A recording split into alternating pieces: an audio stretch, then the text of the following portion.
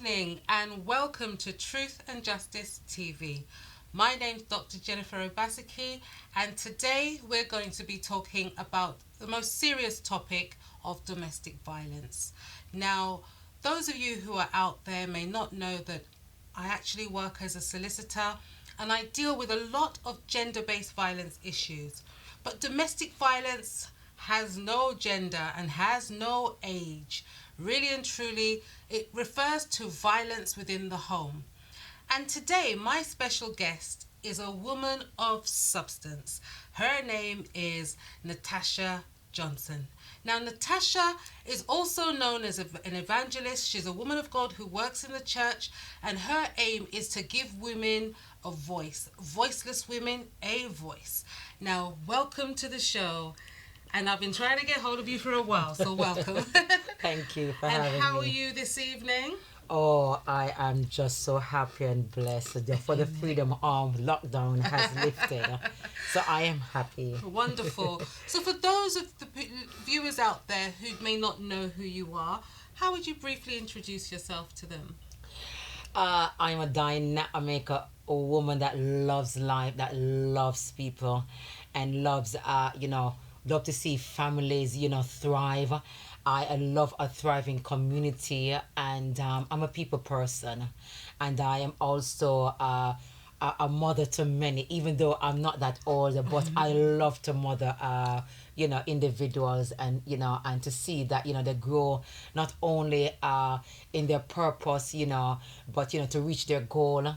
And also to, even with community, I love community, people to come together, share skills, share their experience and come together because we're all, on this earth together. So why not just, Learn to love and work together because it takes a village. It takes a village. So, if I said you're also a survivor, will you embrace that? Oh, immensely.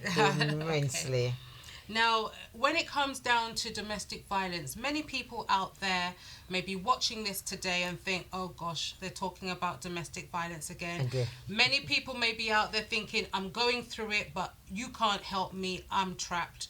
And other people may be going through it thinking, I know a brother who's going through some serious hardship with his woman or with his wife, and I know that he feels he can't get out right now.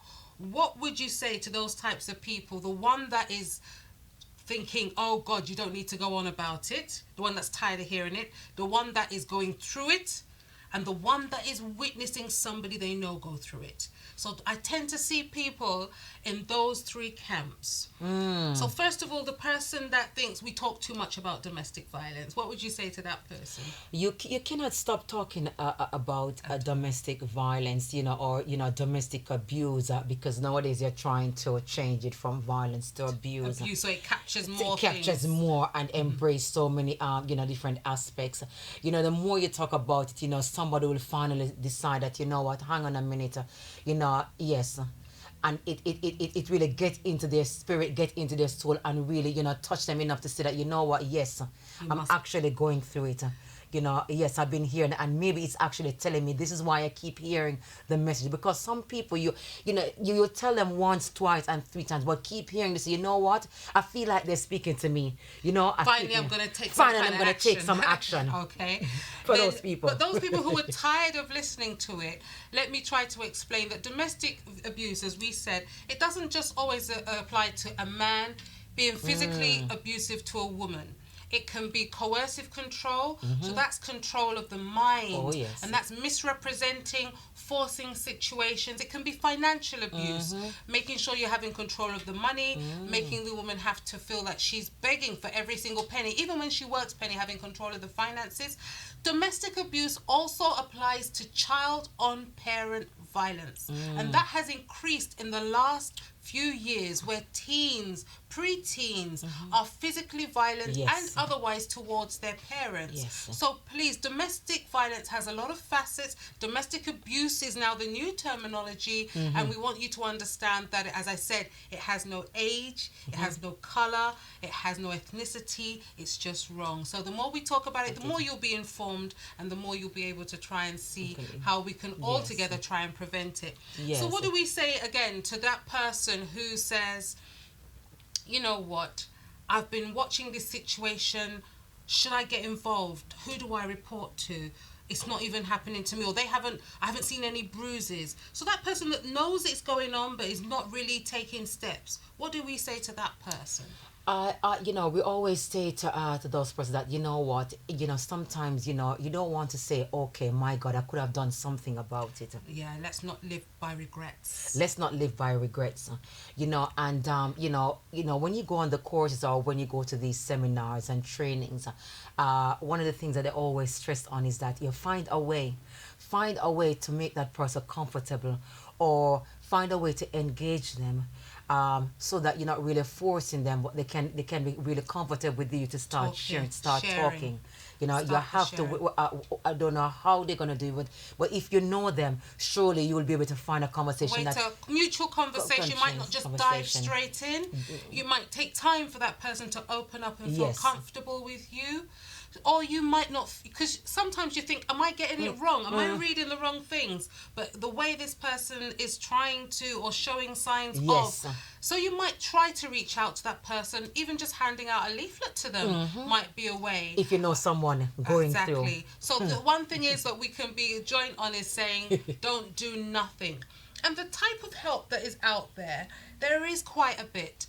Obviously, you have the direct ability to go to the police. You can call in through 101 if you can't go into a station. You can also send messages through different other groups like the Samaritans. Yes. Apart from the fact that if you're not sure where to go, you can also get a lot of information online. If you're in such a situation where your abuser follows your tracks, either online, checks Yes. your phone, then you can try to reach out to third-party organizations, Yes. either through your church, through community groups.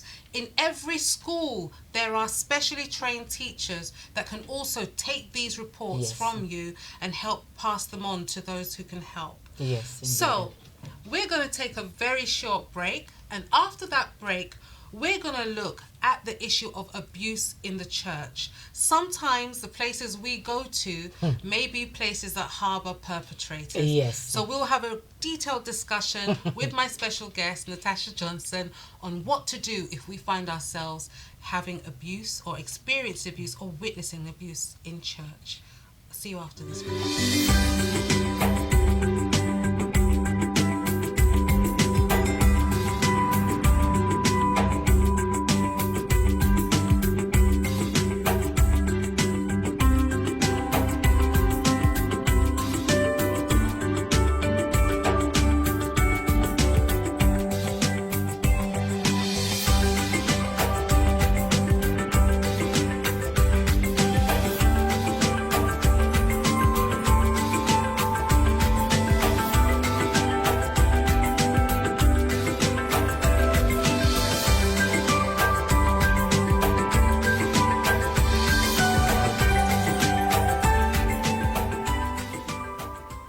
Welcome back. Thank you for joining us once again. And today we're talking about domestic abuse and violence and abuse in church. Now, when we talk about domestic abuse, harassment, sometimes these things are not overtly done.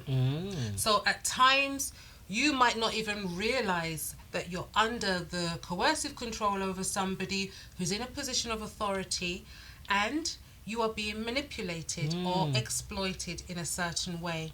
So, Natasha, as we were saying, abuse in the church is never really open and direct. Oh, no. And sometimes it's open and direct, but nobody says nothing. No.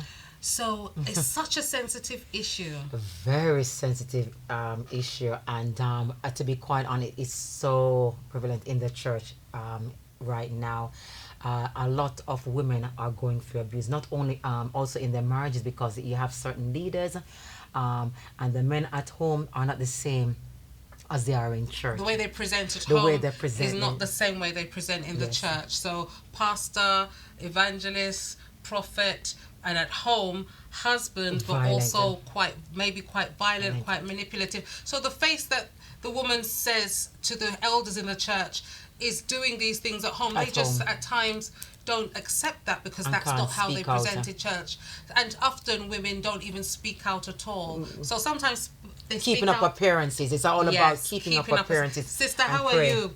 We thank We God. thank God. We thank God. And it is well. It is well. It is well. Rather than I need help.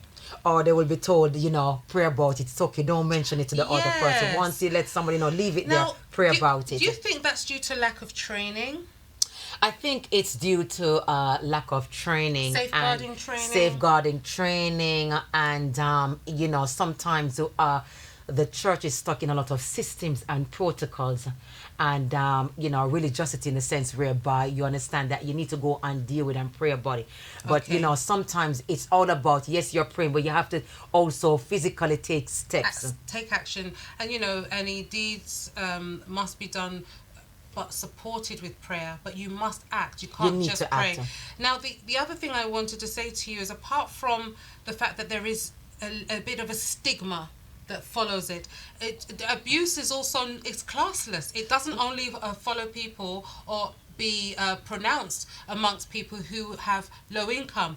Abuse has no class. Apart from having no color, as I've said, no ethnicity, and having no gender, abuse has no class.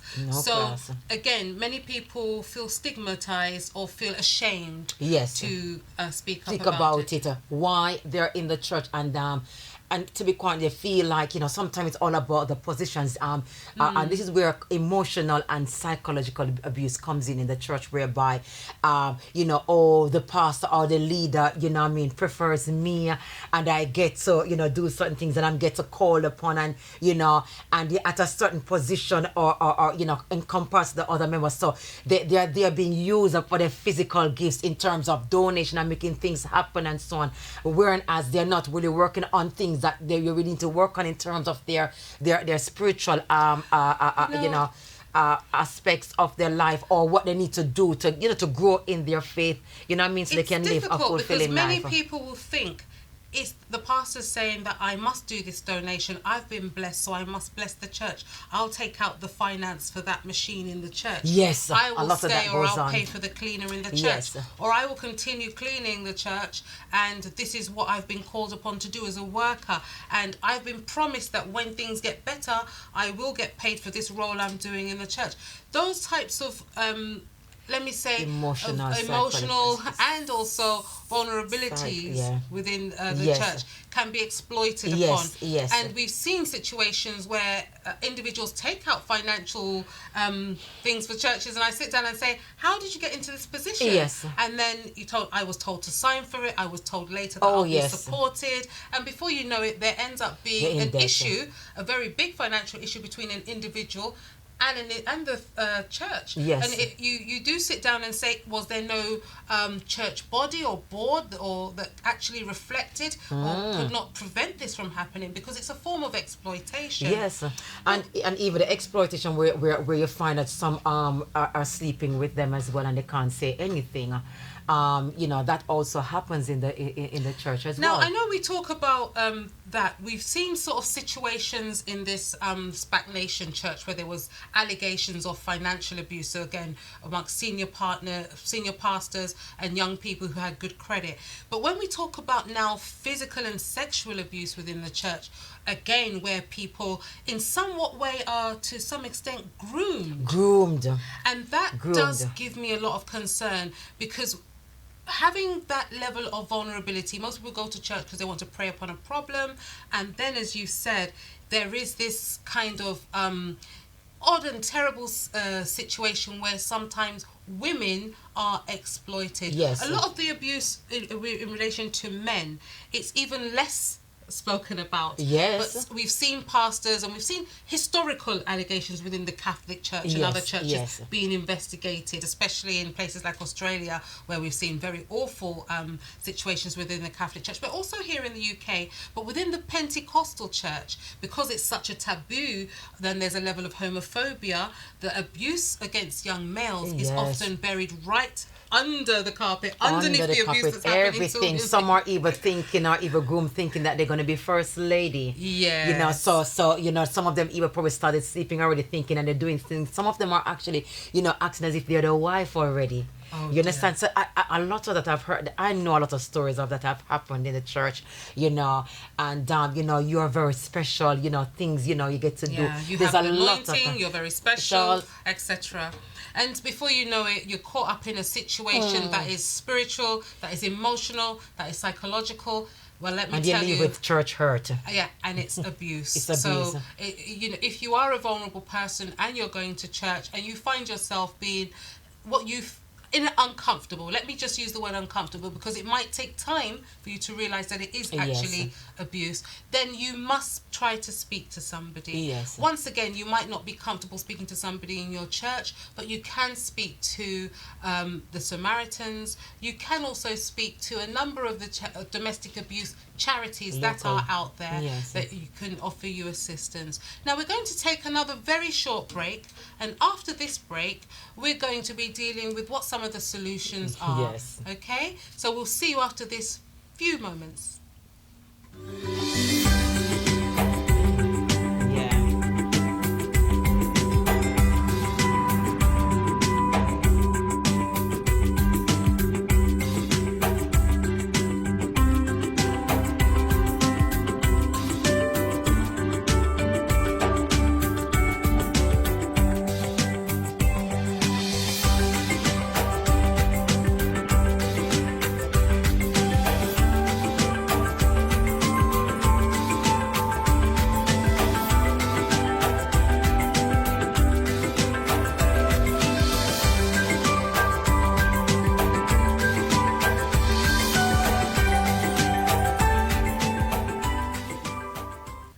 Thanks for joining us once again, and today with my special guest, Evangelist Natasha Johnson, we are talking about domestic abuse and abuse in church.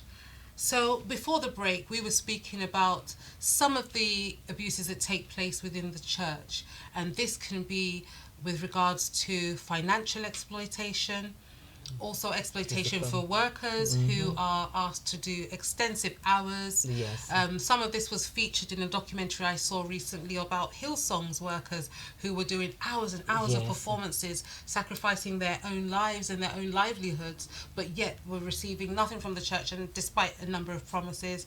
And then we also talked about sexual abuse in the church. Yes. We spoke about the level of homophobic nature. So where there's abuse between a senior male and a junior male, it often gets buried right under the carpet, especially because of the taboo within the Pentecostal and Afro-Caribbean cultures. And then we also spoke about abuse where it comes down to senior males on vulnerable females, Yes. where often there is a level of sexual exploitation as well, or where somebody is being groomed, in the sense being promised, being told there's nothing that's wrong with it, that they've been called, that they're serving a purpose. And again, we stress and we reiterate, this is all abuse. One of the things I'd like to say is there are solutions out there, and there are some toolkits that are out there for pastors. Within the Pentecostal Credit Union, they have sponsored a particular pack that is out there for a toolkit for churches. And that toolkit can be delivered in person, where they have a trainer that goes out and explains to workers within the church how best to deal with situations of domestic violence Yes. amongst couples and within families. It also has a number of resources in it. So please, if you need a copy of that particular toolkit, do feel free to contact me at Obaseki Solicitors, and I will be able to send you links will give you a range of detailed information on that particular domestic violence toolkit, specifically designed for Afro-Caribbean churches. But Natasha, what are the solutions that are out there for people who feel that they might be going through this, might be witnessing somebody going through this? Where can we refer them to? Every local council has a place that they can go. I know, for example, in Harrington you've got Hearthstone, so they've actually set up an organization where they've signpost everybody, Also, you've got Women's Aid, St. Martin's. You've got also lots of national charities that you can call. And equally, you also have local projects. Local projects that are set up in the area that specializes in that area that you can also go, and it's a safe space, because I know they've been doing a lot of trainings on organizations that you can go and just have a conversation with, and they are called now safe spaces. So in terms of solution for those who feel like they're being monitored, what happens is that you can always go as if you're going to a project, and when you go to those projects, then you use that opportunity to actually speak and convey what's going on with you, because they'll think that you're going to a local project. So you have different pocket projects that are set up that you can actually go and it's speak. not going to be very clear that you are reporting. Yes. The whole idea is so that you can do that kind of outreach in a safe manner. You can go as if you're going to a community project, and it will be a safe space for you to do the reports. And just as for you to note that if you do go to the police to report the domestic violence, they are officers that are trained, and if you explain that action cannot be taken most immediately, it must be done in a structured manner, the police are also fully equipped and aware to do so. However, it must be done in a guided fashion, and you must stress the sensitivities that are involved. For example, some people have immigration situations and feel that they cannot report. Exactly. But even though there's a provision for those who are victims of domestic violence, that provision only kicks in if you've got evidence of the domestic violence. And that's a police report, court order, or please GP make a notes. note. Please make a note. So you must have those things in order to support and evidence your claim for domestic violence if you are subject to immigration control. Much like in the courts you can apply for injunctions, you can apply for prevention from harassment. Yes. Again, if you feel you've signed up to a contract on behalf of your church due to pressure, you can ask for that contract to be rescinded, especially if you've been misled as to the fact that you will not be totally financially liable, but left with the burden of the financial obligation.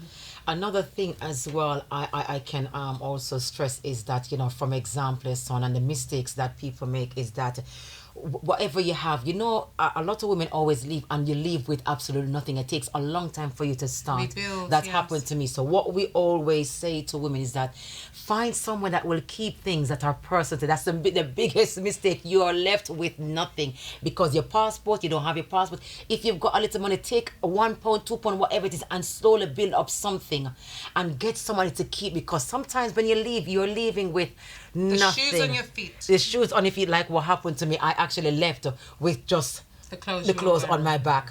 You understand? So find someone to start keeping your stuff or putting away your stuff, because sometimes it slows you down as about to trace you, what you have, what's your name, etc. And also, if you've got children and you've got immigration issues, every council has a no recourse to public fund in a section 17, that's what I know. Section 17, they're obligated. You must not feel obligated to stay just because you have immigration issues or just because you have children. Yes. If you have children, no council can let a child be homeless within their borough. Yes. And not only that, if you have no recourse to public funds and you think, gosh, if I leave I won't get benefits, there are no recourse to public funds teams within every local authority. Yes. So you will be assessed. Yes. And not only that, you will be assisted. And if you're not assisted, you come and see me. So you do get. So you can get support from your housing. You can get support for your immigration matters. You can get emotional support. And they take on the case whilst you're there, and they also after you've seen Jennifer to get it in, then what happened? They follow it up to ensure, because they like to check. Because sometimes the mistake what I've discovered is that they don't like to take you on unless you've got something in. That's the thing. They do not like that part of the work. So if you've got something in, they've got something into to the work. Home Office, they've got something so to follow up on. So you need to see Jennifer first to get it in, and then speak to them. So again, there's also fee waivers available at the Home Office. Do not feel there's no solution, because believe me, I've been doing this a long time. There are solutions out there, and there is help out there, most importantly. And as Natasha has said, try to find a place to keep copies of your documents or your original documents. If you don't have a safe space to do that, there are boxes that you can get at Metro Bank. You can get a safe deposit box. Though there's an annual fee, it might be a good place to store important things, not just money, but important documentation.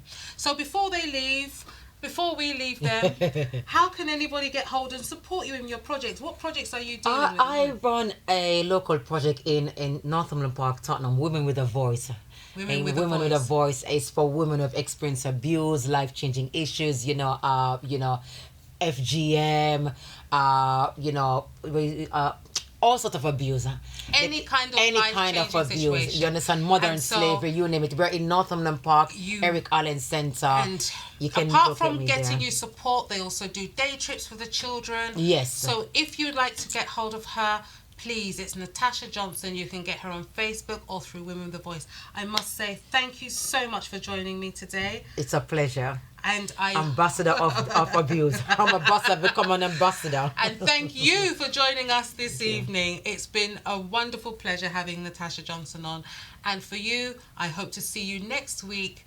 And so please be good. And if you can't be good, be careful. Be safe. Stay blessed.